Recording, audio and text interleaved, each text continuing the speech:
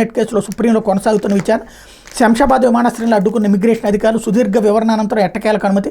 పర్యటన గురించి ఎవరికీ తెలియకుండా జాగ్రత్తలు. 4 రోజుల క్రితమే గుట్టుగా వెళ్లిపోయిన లోకేష్ అంటూ.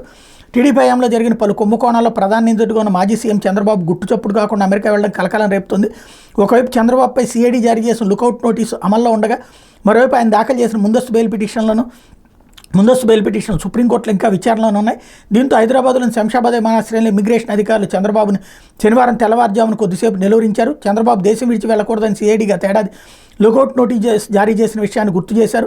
విదేశీ ప్రయాణానికి కోర్టు అనుమతి ఉందా అని ప్రశ్నించడంతో చంద్రబాబు కంగుతిన్నారు. తటపడాయిస్తూ సుదీర్ఘ వివరణ ఇచ్చిన తర్వాత ఇమిగ్రేషన్ అధికారులు పలు దఫాలు సిఐడి అధికారులతో చర్చించారు. అనంతరం ఎట్టకేలకు అనుమతించారు.